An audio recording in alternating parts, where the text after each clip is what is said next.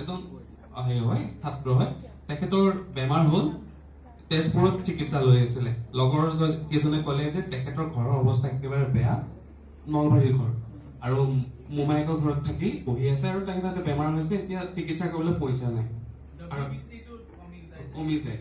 এতিয়া কথাষাৰ হৈছে GMC লৈ যাব কেনেকে কৰিব পৰা যায়, তাতো কেবিন এটা হঠাতে পোৱাটো বৰ সহজ কথা নহয়। লগৰ লগত গ'লে ল'ৰাজনক ফটোগ্ৰাফ দিলে আৰু যিখিনি লাগতিয়াল বস্তু কৰিব লাগে সেইখিনি কৰি দিবলৈ ব্যৱস্থা কৰিলে। আমি আকৌ তেনেকে ITOSD গাড়ীখন আমি পঠিয়ালো। ল'ৰাজন পৰহি গৈছিলে, 7 তাৰিখৰ দিনাখন গৈছিল, আৰু তেখেতে সেই যিখিনি সুবিধা পাব লাগিছিল সেইখিনি পাইছে। কাইলৈ ল'ৰাজনে ফোন কৰিছে, দাদা মোৰ একো অসুবিধা হোৱা নাই। এতিয়া কথাষাৰ হ'ল তেখেতৰ লগৰ কেইজনে চিন্তা কৰিলে যে আমি ব্যৱহাৰ কৰিব লাগে এই প্লেটফৰ্মটো। প্ৰত্যেকখন মহাবিদ্যালয়ত যেতিয়াই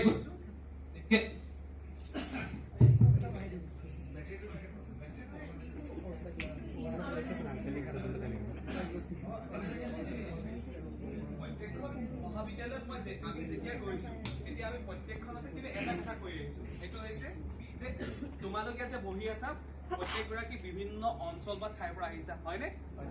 হয়তো ডাঙৰকে ক'বা। মজা, বঢ়িয়া।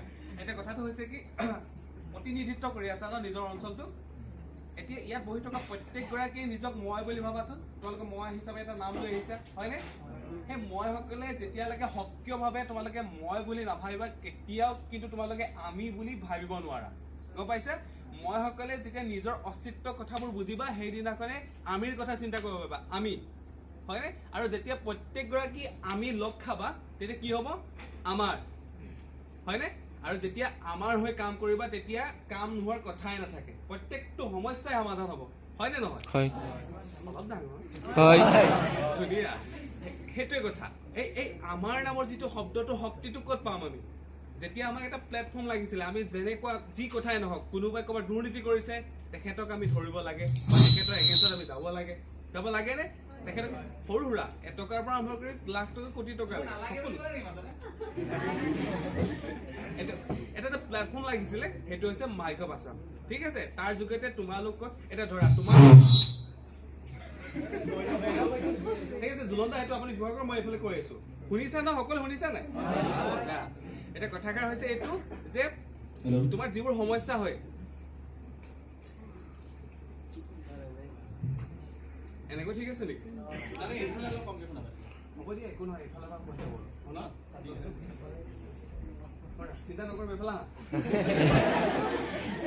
এতিয়া কথাষাৰ এইটো যে আমি যেতিয়া এই কথাবোৰ দিম, এতিয়া কথাটো হৈছে কি, তোমাৰ ঘৰৰ ককা এগৰাকী আছে, ঘৰৰ ওচৰত কোনোবা চিনাকি মানুহ এগৰাকী আছে, তেখেতৰ নামত এটা ঘৰ আহে, দেখিছা তোমালোকে, বা তেওঁ সুবিধাখিনি পাবলগীয়া আছিল, ঠিকেই, তেওঁৰ নামটো আহিলে, কিন্তু কথাষাৰ কি হৈ যায় যে মাজত এজন মানুহ সোমায়, ঠিকাদাৰ বা বেলেগ এজন, তেখেতে কি কৰে যে আপুনি ইমান সংখ্যক পইচা আনি দিয়ক, তেতিয়াহে আপুনি এইটো পাব। কিন্তু মানুহগৰাকীয়ে ক'ৰ পৰা আনিব? পাৰিব জানো? কেতিয়াবা বহুত ব্যক্তি থাকে নোৱাৰে, ক'ৰ পৰা আনিব? ভয় খায়, ক'ত মাতে? কিন্তু তোমালোকে জানা যে মই চিনি পাওঁ সেই আইতাজনীক, যিজনী এইটো কৰিব নোৱাৰে। এতিয়া তেখেতক কোনে সহায় কৰিব? তোমালোকে কৰিব লাগিব, সেইটোৱে কথা। ক'ত জনাবা? তোমালোকে কাৰোবাৰ ওচৰত এপ্লিকেশ্যন কৰিছা, কৈছে যে এমাহৰ পিছত আহক, নাই নহ'ব। এতিয়া এমাহ কথা নহ'ব, 5 ছেকেণ্ড বা 10 ছেকেণ্ডৰ ভিতৰত কামটো হ'ব লাগিব। তোমালোকে সেই মানুহগৰাকী ফটো ল'লা, কেনেকে নামটো আহিছে সেইটো ডিটেইলছটো ল'লা, কৈ মেলি যদি তোমালোকে FB বা টুইটাৰত যদি আপলোড কৰি দিয়া, তাত টিম থাকিব, টিমে তোমালোকৰ বস্তুখিনি চাব, লগে লগে CM ছাৰলৈ পঠিয়াব, আৰু লগে লগে সেইটোত একশ্যন হ'ব। যেনেকে এই ৰাস্তাটো ঠিক হ'ল। আৰু লোকপ্ৰিয় গোপীনাথ বৰদলৈ যিখন কন্যা মহাবিদ্যালয় আছে, কি কয় মিছন চাৰিআলি, ছাত্ৰীসকলে ক'লে যে আমাৰ আগফালে সেই স্পীড ব্ৰেকাৰ নাই, আমাক লাগে, আজি আমি 6 বছৰমানৰ পৰা এইটো কৰি আছো, নাই, তাত বৰ্ড স্পীডত বাইক যায়, খুন্দা মাৰি থৈ গৈছে বৰ্ড ছাত্ৰীক ক'লে। তেতিয়া আমি লগে লগে ক'লে এটা মেইল এড্ৰেছ আছে, সেইটো দিলো, দিয়াৰ পিছত কৈছে মেইল কৰিব কৈছো, আৰু তেখেতৰ সেইটো এলাউ হৈছে, আৰু অলপ দিনৰ পিছতে সেইটো বনাই দিব, অতি সোনকালে। মানে বিচাৰিছে কেনেকুৱা ধৰণৰ স্পীড ব্ৰেকাৰ লাগে, এতিয়া সুধিছে, আহিব, প্লাষ্টিকবোৰ থাকিব আজিকালি, সেইটো ল'বনে বা বেলেগ ধৰণৰ লাগে, এতিয়া কথাবোৰ তেনেকুৱা। মানে তোমালোকে আৰু এটা কথা সুধো, তোমালোকে যেতিয়া কলেজলৈ আহা, বাছবিলাকত উঠিবলৈ দিয়ে নিদিয়ে?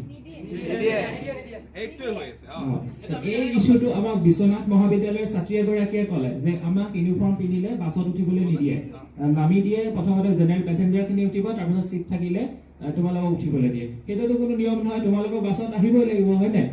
এই ইছ্যুটো আমাক বিশ্বনাথ চাৰিআলি ছাত্ৰী এগৰাকীয়ে ক'লে। তেতিয়া আমি ঋতুপৰ্ণা, তো আমি তেতিয়া এই কথাটো নোট কৰি আমি জনালো মুখ্যমন্ত্ৰী কাৰ্যালয়ত, আৰু তাৰ পাছতে এটা কেইদিনমানৰ পিছতে হয়তো এটা চাৰ্কুলেশ্যন জাৰি হ'ব যে ছাত্ৰ ছাত্ৰীসকলৰ কনচেশ্যন এটা থাকে, তোমালোকেতো জানা, মানে এছটিচি বাছ বা তেনেকুৱা এটা কনচেশ্যন থাকে। এতিয়া সদ্যহতে এইটো টিকেট কাউণ্টাৰত গৈ পেলাই টিকেট এটা ল'ব লাগে, কিন্তু সকলোৰে টিকেট লোৱা সম্ভৱ নহয় গৈ পেলাই, হয়নে? ৰাস্তাত যিহেতু উঠা হয়। তো এতিয়া এটা নতুন এটা চাৰ্কুলেশ্যন হয়তো কেইদিনমানৰ পাছত জাৰি হ'ব, য'ত এটা ভেণ্ডিং মেচিন থাকিব কণ্ডাক্টৰৰ হাতত এছটিচি বাছত, আৰু লগে লগে তাত ছাত্ৰ ছাত্ৰীসকলক সুবিধাজনকভাৱে যোনটো কনচেশ্যন পোৱা যায় তাৰ সৈতে টিকেটটো অন দ্য স্পট মানে তেওঁলোকক দিব।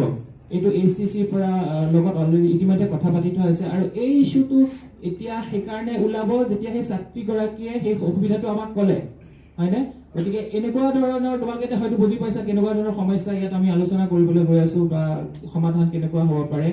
এই ধৰণৰ কথাবিলাক আমাক জনোৱা, তোমালোকে কলেজত কি সমস্যা পাই আছা বা ওচৰ পাজৰ অঞ্চলসমূহত কি সমস্যা পাই আছা, বিভিন্ন ধৰণৰ সমস্যা হ'ব পাৰে। এনেকুৱা নহয় যে মোৰ সমস্যাটো অলপ সৰু হ'ব পাৰে, কম নকম, তেনেকুৱা নহয়। যিকোনো কথা মনৰ কথা খুলি কোৱা। কোনে আৰম্ভ কৰিব প্ৰথমতে এতিয়া? আৰু এইটো ক্ষেত্ৰত এটা কথা কওঁ, যদি তোমালোকক নেক্সট টাইম কোনোবাই কয়